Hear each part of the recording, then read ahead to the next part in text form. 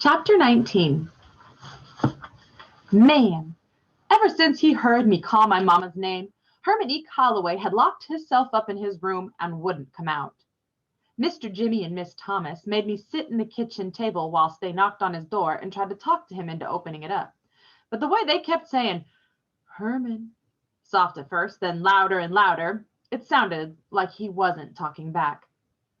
After the longest while, they decided to let the big baby have his own way and came back downstairs. They sat at the kitchen table with me. Miss Thomas looked at me and said, My. Mr. Jimmy said, Now look here, bud. He wiped his hand over his face. You're sure your mama's name was Angela Janet? I said, Yes, sir. And the two of you both had the same last name? Her last name was Caldwell, too? She never said nothing about being no Calloway? I spelt it out for him. No, sir, her name was Caldwell. Caldwell. It seemed like he finally believed me. He said, Okay. I hope you don't mind me asking, Bud, but it's pretty important that we know. How'd your mama pass, and how long ago was it? Pass was just like gone. It was another one of those words grown folks use instead of did. I said, I was 6 years old when it happened, sir. I don't know why. She was too sick to go to work for 6 days in a row. Then one morning I went to her room and she was dead.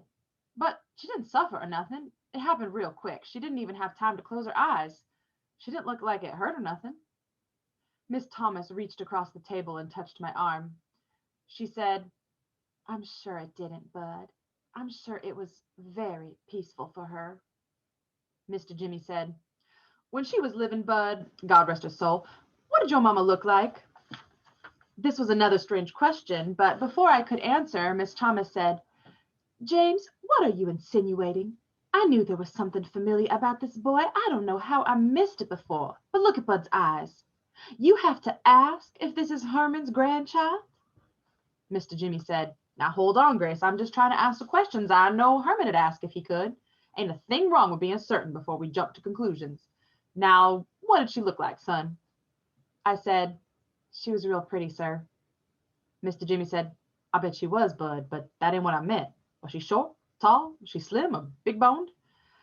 I said, I don't know, sir. She was real pretty and real tall and kind of skinny like me, I guess. Miss Thomas said, James, Bud was 6 years old.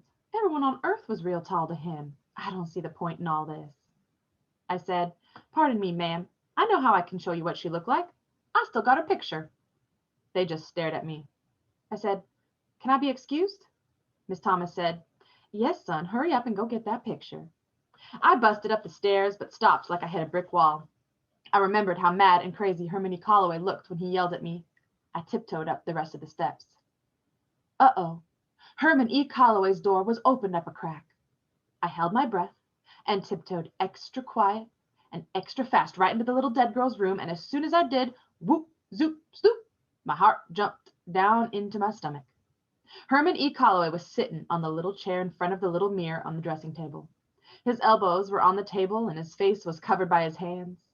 It sounded like he was having trouble breathing because every time he sucked in a bunch of air, he made a sound like and every time he blew air out, he made a sound like I didn't know what to do. I could tell Mr. C didn't know I was in the room with him, so I could probably just backward tiptoe and get out of there without anything happening. I rose up on my toes, took 2 baby steps back, and stopped. Shucks.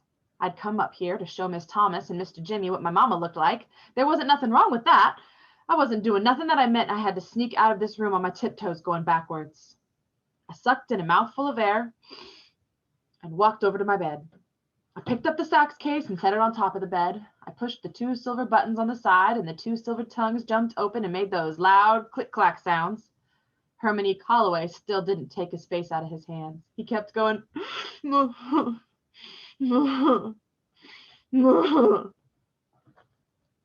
I reached inside my sax case and took out the envelope with Mama's picture in it. I closed the 2 silver tongues again and could tell that Mr. C wasn't paying up me no mind at all. He kept his face in his hands. His head was rocking up and down real slow, sort of like he was checking to see how much it weighed. I put my sax case back next to the bed and was about to leave the room when I looked over at Herman E. Calloway's back. He still didn't know I was in the room with him. I looked in the little round mirror and still couldn't see his face, but I could see his hands a lot better. I could see 6 little trails of water coming out from where his fingers joined up with his hands. The 3 trails from each hand joined up together on his wrists and ran down his arms, puddling up on top of the dressing table. Shucks. Herman E. Calloway was bawling his eyes out. He was acting like me being his grandson was the worst news anyone could ever give you in your life. This was number 39 of Bud Caldwell's Rules and Things to have a funner life and make a better liar out of yourselves. The older you get, the worse something has to be to make you cry. With babies, it's easy not to pay them no mind, because crying's just like talking for a baby. A baby's tears might mean, hey, you just stuck a pin in my behind when you changed my diapers. Or their crying might be the way they picked out to say, good morning, Mama. What are we going to do today? That makes it easy not to care too much about a baby's tears. When you got an old person crying, you got a whole nother story. When you got someone as old as Herman E. Calloway crying, you better look around, because you know you're square in the middle of one of those boiling tragedies. You can't help but feel sorry for him, even if he's been mean to you from the minute he first laid eyes on you. Even if he's crying because he found out the 2 of you were kin. I walked over to Herman E. Calloway, and before I could think, my hand moved out toward his back. I waited for one of those spaces between the muhs and the huhs. Then I touched him. His skin under his shirt was very, very warm. It took a second for Herman E. Calloway to know someone was touching him. When he knew, I felt his skin jerk and twitch the same way a horse's does when a fly lands on it. He whipped his head around. When he saw it was me, he jerked away, took one more giant huh, then stared.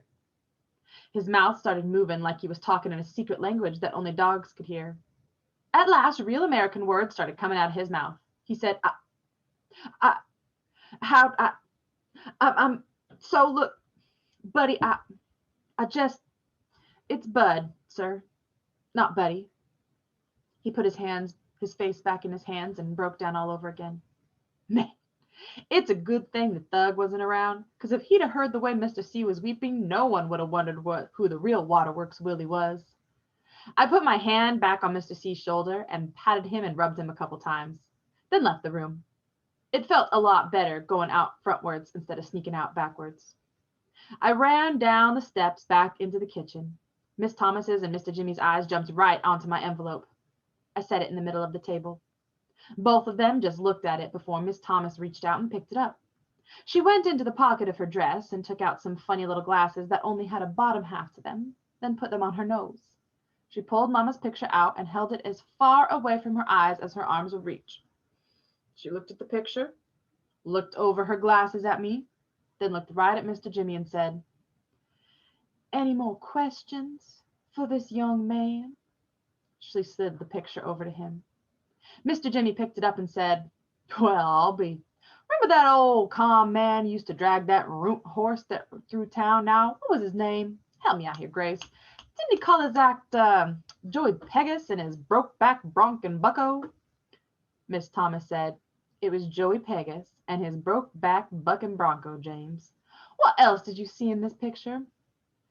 Mr. Jimmy said, oh, that definitely is Angela Janet Calloway.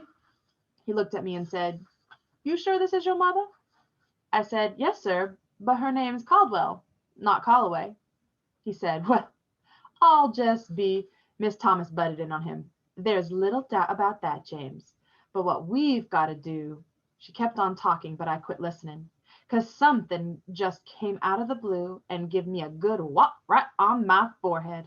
Without even thinking about what I was doing, I butted in on Miss Thomas and said, that means that's not some little dead girl's room I'm sleeping in. That's my mama's room. She looked at me kind of surprised, like this was the first time she'd thought of it too. She said, that's right, Bud. You're back in your mama's room. I said, how come Herman E. Calloway never called on me and my mother? All he'd had to do was call on us one time, and I know she wouldn't have been so sad. Miss Thomas and Mr. Jimmy took turns shooting quiet looks at each other. Then she said, Bud, give me your hand. Uh-oh. Pretty soon I'd have to come up with the rules and things about when Miss Thomas holds your hand. She stretched her arms across the table and held onto her fingers. Bud, she said, Mr. C, excuse me, your granddad didn't know anything about you. No one knew where your mother had gone.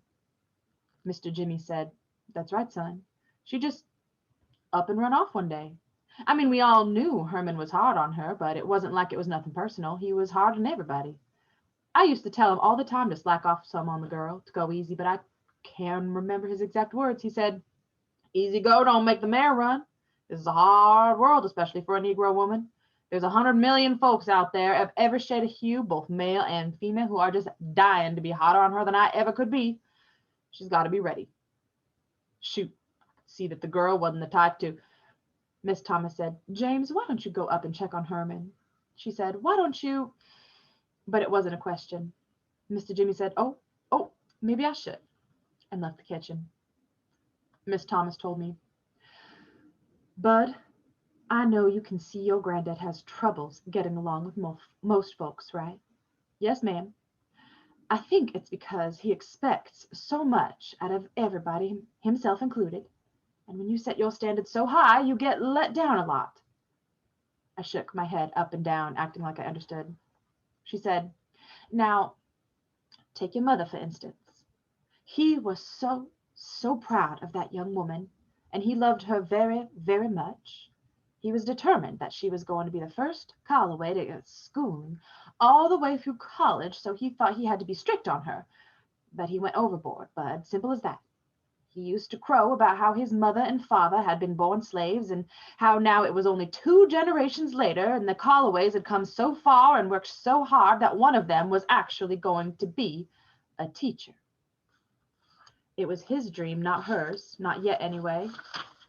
And he never gave her time to pick it for herself. The more he pushed her, the more she fought him, and finally it got to be too much and she left. We think she ran off with one of Herman's drummers. We've been hoping for 11 years that she'd send word or come home, and she finally has. Looks to me like she sent us the best word we've had in years. Miss Thomas smiled at me, and I knew she was trying to say I was the word that Mama had been sent to them. She said, wait here for 1 second, precious. I've got to go to my room for something. Miss Thomas was probably saying that as an excuse, so she could blow her nose and cry. But she came back in a flash. She was holding an iron picture frame and handed it to me. This has been on my dressing table for 13 years, Bud, ever since your mother was 16 years old. Now it belongs to you. I wanted to say thank you, but I just stared at the picture in the heavy iron frame. It was Mama. The picture only showed her head. All around the edges it was smoky or foggy so that it looked like Mama poked her head out of a cloud. And Mama was smiling. That same soft smile she'd give me when she got home from work. It had been so long since I'd seen Mama smile that I wanted to laugh and cry at the same time. Miss Thomas said, let me show you something, Bud. She took the frame out of my hands and said, watch this.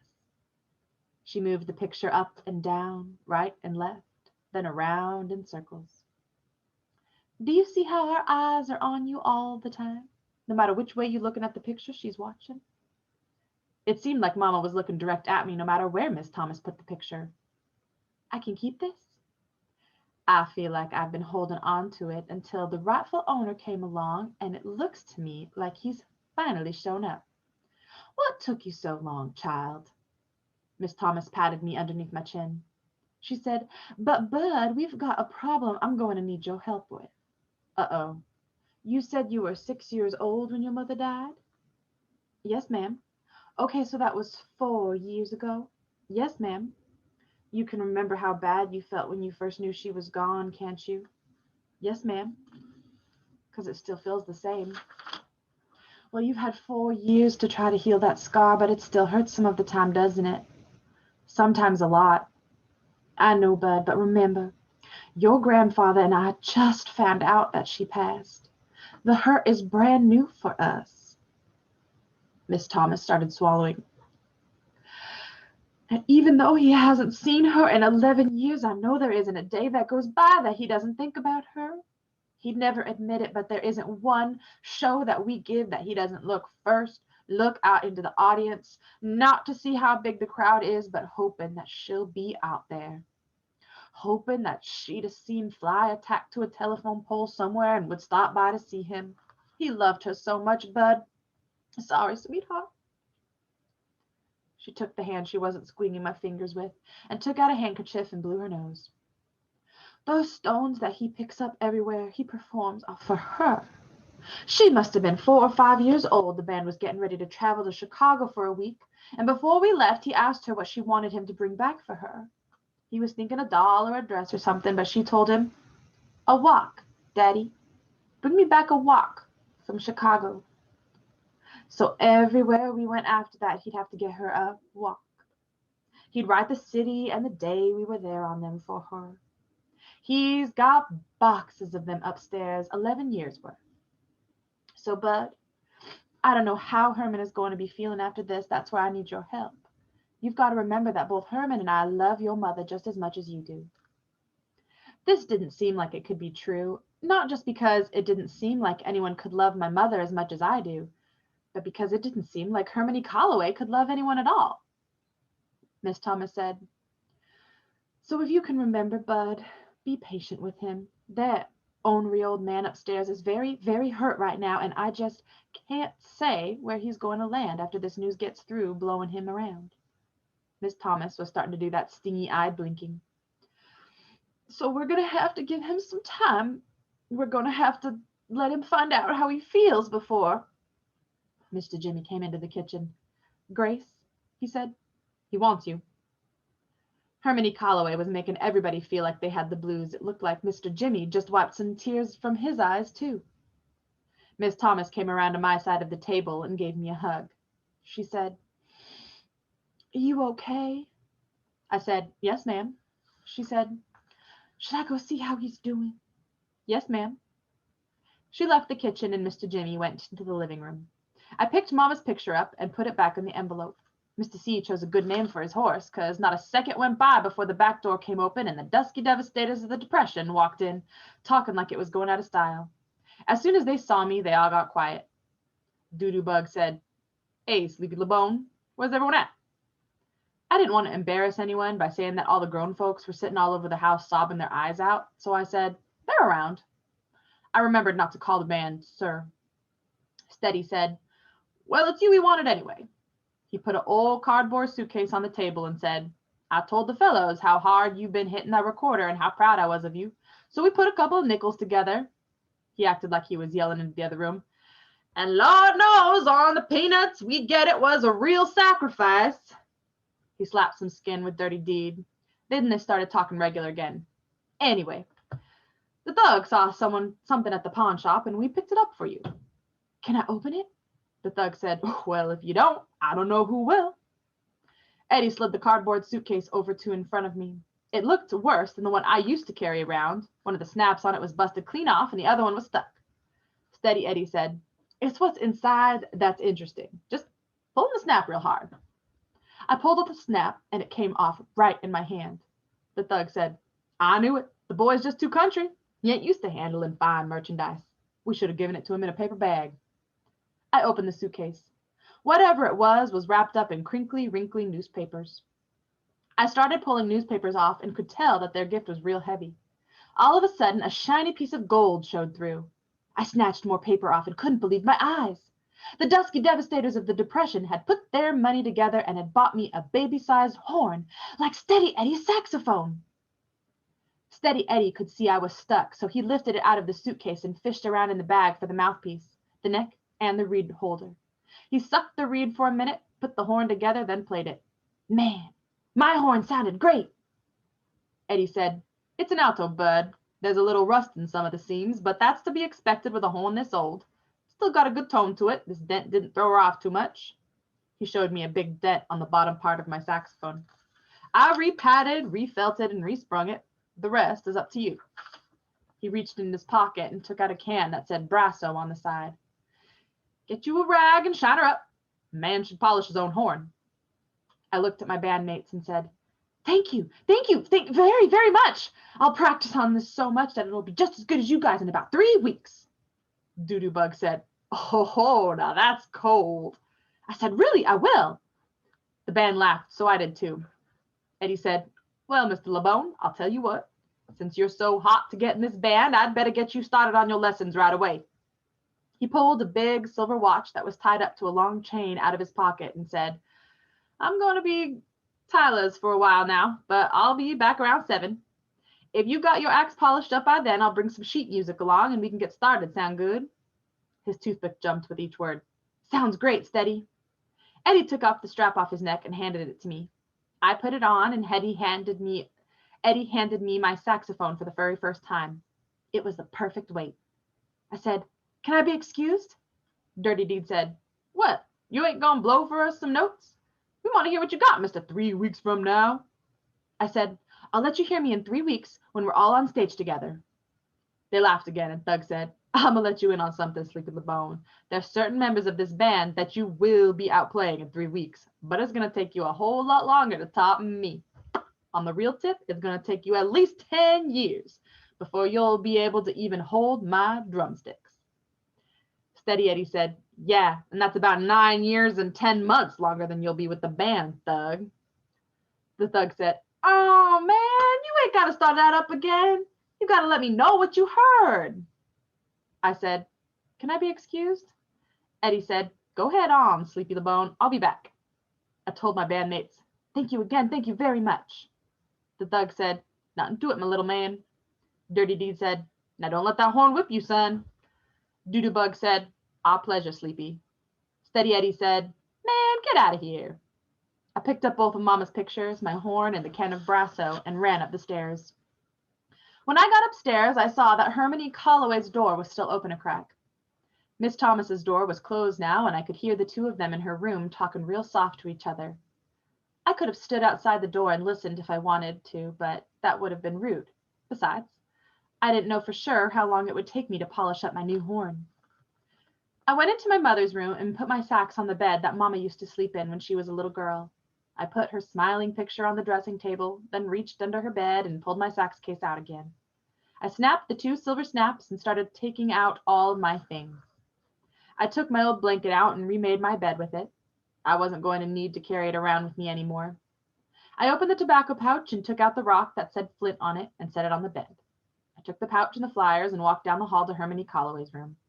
Even though I could still hear him and Miss Thomas talking and boo-hooing in their room, I knocked on his door anyway. When no one answered, I opened it. He had one of those dressing tables with a mirror stuck on the back of it, too, so I walked real quick over to it and set the flyers and the bag of rocks, 4 rocks down. I got out of his room as fast as I could. Whew!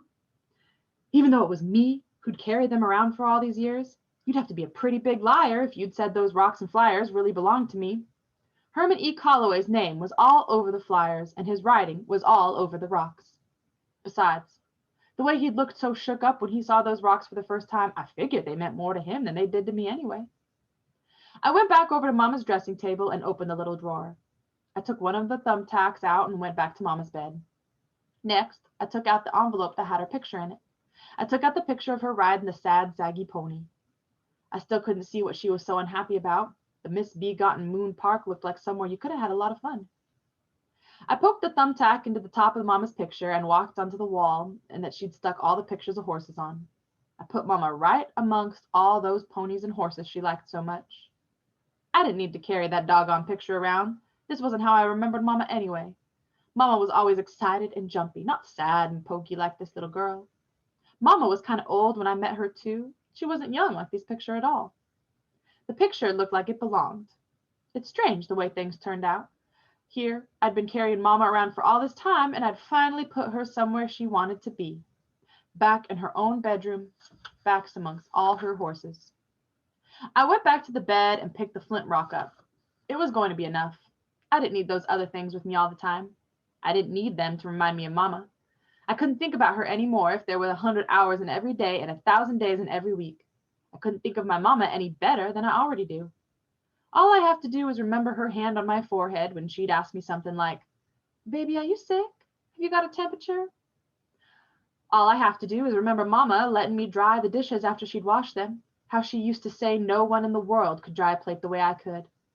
All I have to do is take 2 or 3 deep breaths and think of all the books she'd read to me at night, and remember that no matter how long it took, she'd read until I went to sleep. Dizzy Malone was right. I was carrying Mama inside me, and there wasn't anyone or anything that could take away from that or add to it either. The one rock from Flint would be enough. I set it in my sax case. I picked up my saxophone. It was the most beautiful thing I'd ever seen. I wet the reed the same way I'd seen Steady Eddie do, then clamped it on the mouthpiece. I closed my eyes and counted to 10. If after I got to 10 I blew the horn and it sounded pretty good, I knew I'd be playing along with the Dusky Devastators of the Depression in a week or two. If I didn't sound so good, it meant I'd have to practice for a couple of months before I'd be good enough to get on stage with them. 1, 2, 3, 4, 5, 6, 7, 8, 9, 10. I puffed my cheeks and blew as hard as I could. The saxophone only squeaked, squawked, and groaned. Then it sounded like it was making up words like honk and ba. Shucks, maybe I didn't puff my cheeks out right. Maybe I was blowing too hard. I counted again. 1, 2, 3, 4, 5, 6, 7, 8, 9, 10. This time the horn only squeaked, squawked, and groaned. It didn't sound like it was trying to make up any words. It sounded great. It wasn't perfect like when Steady blew it, but I could tell that one day it was going to be. Something told me I could learn how to play this. Something told me that those notes were more than just bad notes. If you didn't have a real good imagination, you'd probably think those noises were the sounds of some kid blowing a horn for the first time.